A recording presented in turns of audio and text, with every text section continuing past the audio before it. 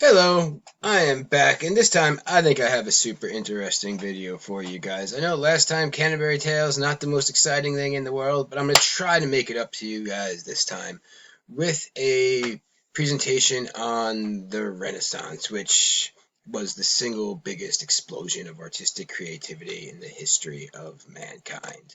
Where did it start? Well, generally speaking, it started in Italy, Florence, around 1300. It kind of worked its way up north. There was a German Renaissance, a French Renaissance, a Spanish Renaissance. Since this is a British literature course, we are going to be focusing on the English Renaissance, which was from around 1485 to 1600.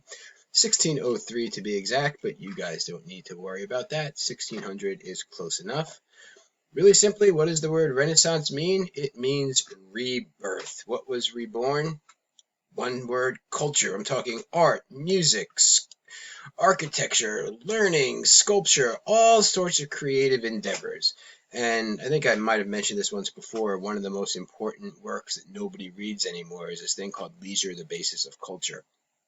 And the idea of it was that it doesn't matter if you can paint or write a book or sculpt or create or make a piece of music if your subsistence level needs aren't taken care of. And during the Middle Ages, the Dark Ages, subsistence level needs really weren't taken care of. Like, you didn't really know where your next meal is coming from. You didn't really know if you were safe from invaders. And when Rome was around, Rome was considered the light of the world. When that went out, it was like, and the other things contributed to the Dark Ages being bad too. There was something called the Little Ice Age, where the average temperature of the world dropped, and crops that used to grow didn't grow anymore. So, long story short, during the Dark Ages, it wasn't really sure if your needs are going to be met, and it didn't really matter. Art, music, culture didn't matter. Things started changing in the Renaissance.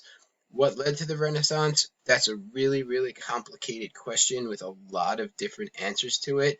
No way I'm going to cover all those answers in this video, so I'm going to focus on two things that contributed to the Renaissance that you wouldn't think would lead to a artistic explosion. They actually are two pretty bad, terrible things in human history. But to quote the Red Hot Chili Peppers, destruction leads to a very rough road, but it also breeds creation. And two really, really bad things actually led to the Renaissance. So with that in mind, the first is the plague, the Black Death, the bubonic plague, which swept through Europe from 1346 to 1353, started in Asia on fleas on rats that stowed away on ships and caravans that went through the Silk Road and eventually made their way into Europe. And the symptoms of the plague, really nasty. Boils on the groin and neck and armpits that bled and oozed pus. Fever, like violent projectile exorcist vomiting. It was bad. It was really, really nasty. Like, that's so obvious. You did not want to get the plague. Killed anywhere from 75 to 200 million people. Obviously, we don't have an exact number. That's a plague victim right there. That's what happened to you. You didn't get cured. It kind of just stopped. No one cured the plague. It just kind of stopped being a plague, which, is a thankful thing because it was doing a ton of damage, as you saw. Here's the thing. The plague led to the rise of the middle class, and we talked a little bit about this in the Canterbury Tales video. Obviously, if you caught the plague, you're dead. Like, you were pretty much, there were people who, in all fairness, there were people who survived the plague, but, like, you probably weren't going to catch it. You probably weren't going to survive if you caught the plague. But if you survived, you were in a good position. Like I said in the Canterbury Tales video, the wealthy got out of the population centers and moved up to their estates in the north, rode out the plague there. In the cities, tons of people died. Lots of people died. But what ended up happening, this is the whole merchant guild thing in the Canterbury Tales, when the nobles came back, they still needed people to cook and clean and make hats and make saddles and make shoes. Where there used to be 20 people who could make shoes, maybe you had three. Those banded together. They promised not to charge less than like $15 for a pair of shoes. They raised the prices on the nobility. Nobility had no choice but to pay. So all of a sudden, you have a merchant class with something called disposable income. What did they spend that money on? Well, we'll get to that in a minute. Um, The other pretty nasty chapter in human history that led to the Renaissance were the Crusades. For those of you who don't know, Crusades were a series of holy wars that were waged by Christian Europe to take the Holy Land back from Muslim control. Really, it was an effort to get a bunch of hyper-violent knights who had nothing else to do out of Europe, but that's neither here nor there. Were the Crusades successful? At times, the Christian knights did take back Jerusalem, but all in all, it failed. The Crusades were overall a failure. I think there were something like 9 Crusades or something like that. What's more important is what the crusading knights brought back to Europe. What did they bring back? The literature of the ancient world. For the most part, during the Middle Ages, because subsistence level needs weren't met, people didn't care about reading. People didn't care about the literature of Greece and Rome. It was basically forgotten. People hardly anyone could read, and the only people who could read were the clergy. That never really happened in the Muslim world. The Dark Ages sort of hit the Muslim world, but not nearly as bad as they hit Christian Europe. So in the Muslim world, things like the Iliad, the Odyssey, Plato, philosophy, the Aeneid, all the great works of the ancient world were still being read. They were still in circulation. People still knew about them. When the Crusader Knights went to the Holy Land, they read these books. They learned to read them. They figured out how to read them, and they brought them back to Europe. And they sort of reignited an interest in the literature of the ancient world. And once you start reading again, it's a very short step to start writing again. However, I would argue that as important that was, and that was super important, something else the Crusading Knights brought back from the Holy Land was even more important, and it's going to sound insignificant, but what they brought back was the number 0. In Roman numerals, there was no number 0. There sort of was, but it was a placeholder. It wasn't really a part of the math. Without the number 0, you're really limited on what you can do in math. And if you think about it, a lot of art is predicated on math. Music, quarter notes, half notes is all about math. Architecture, all about math. Once the number 0 gets brought back to Europe, architecture goes through the roof and you have sweeping domes, flying buttresses. Architecture just takes off. Even painting. There's such a thing as the golden ratio or the golden proportion of what a perfect face or perfect proportions look like. That's all predicated on the number 0.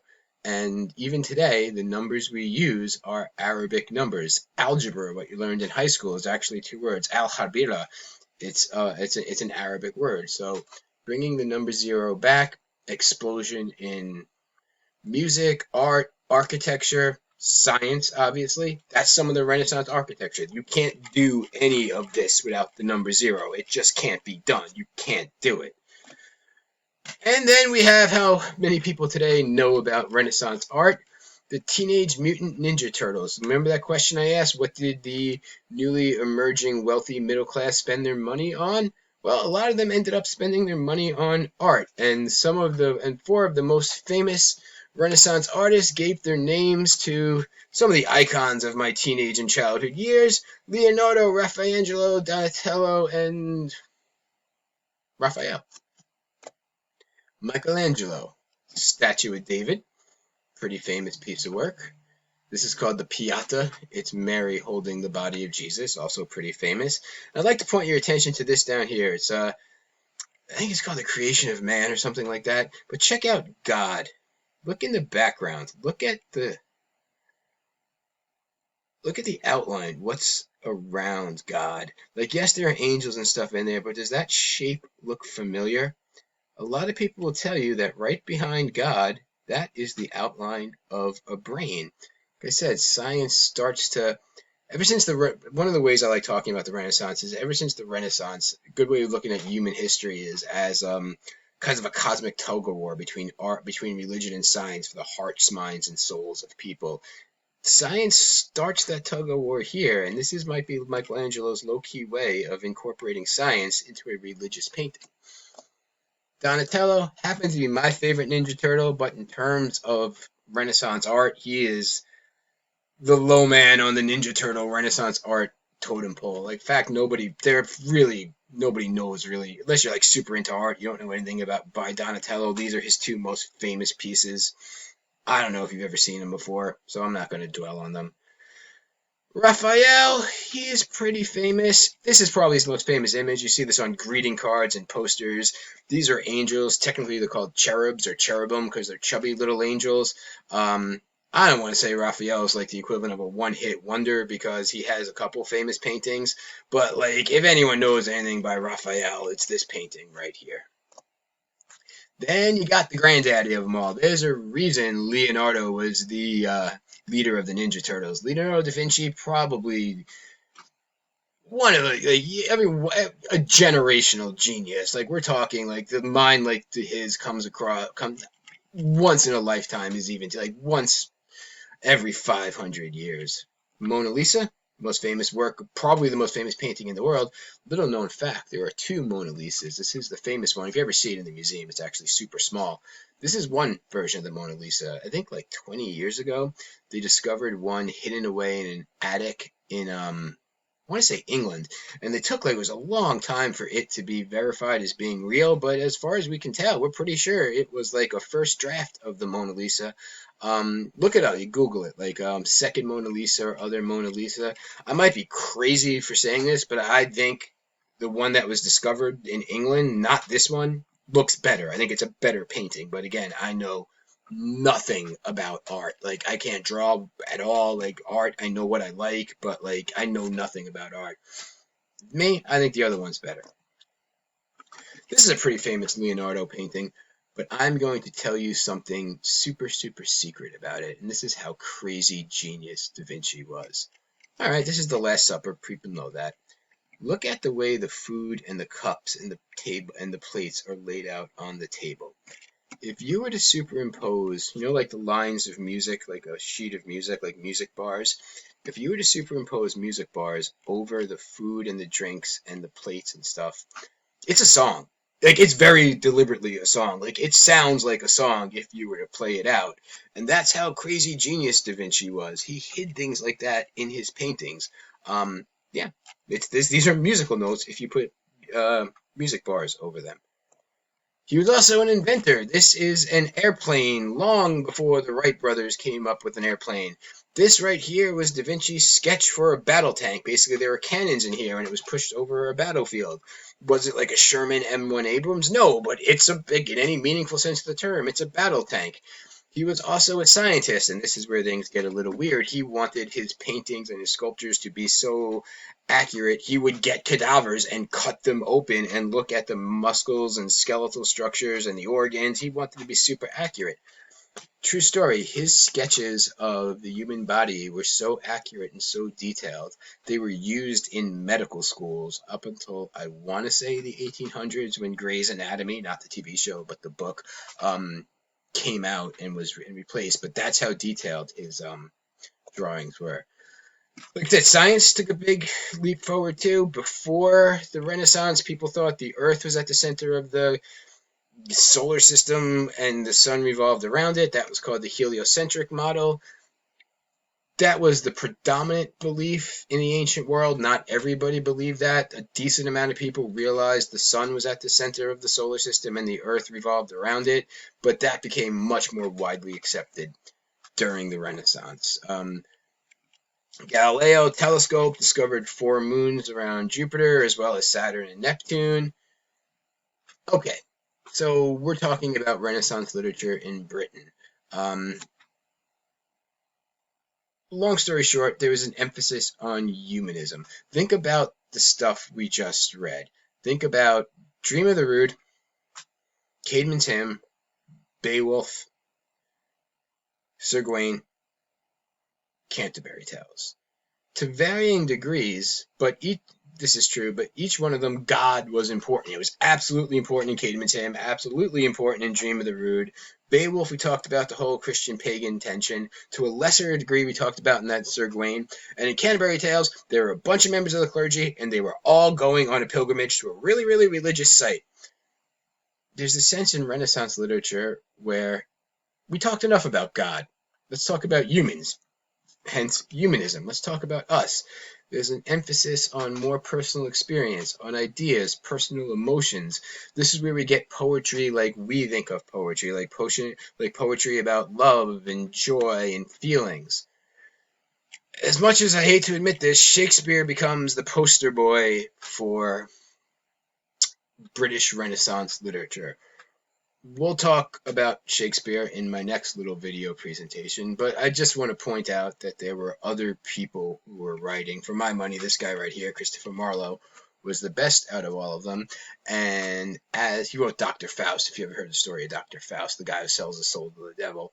And in my next video presentation, I will attempt to convince you of a theory that not many people, it's not the dominant theory, but enough people believe it, so it's not whoop whoop lunatic crazy, that Shakespeare never existed, and the real Shakespeare might be this gentleman right here, Christopher Marlowe. So stay tuned for next time if you're interested in that.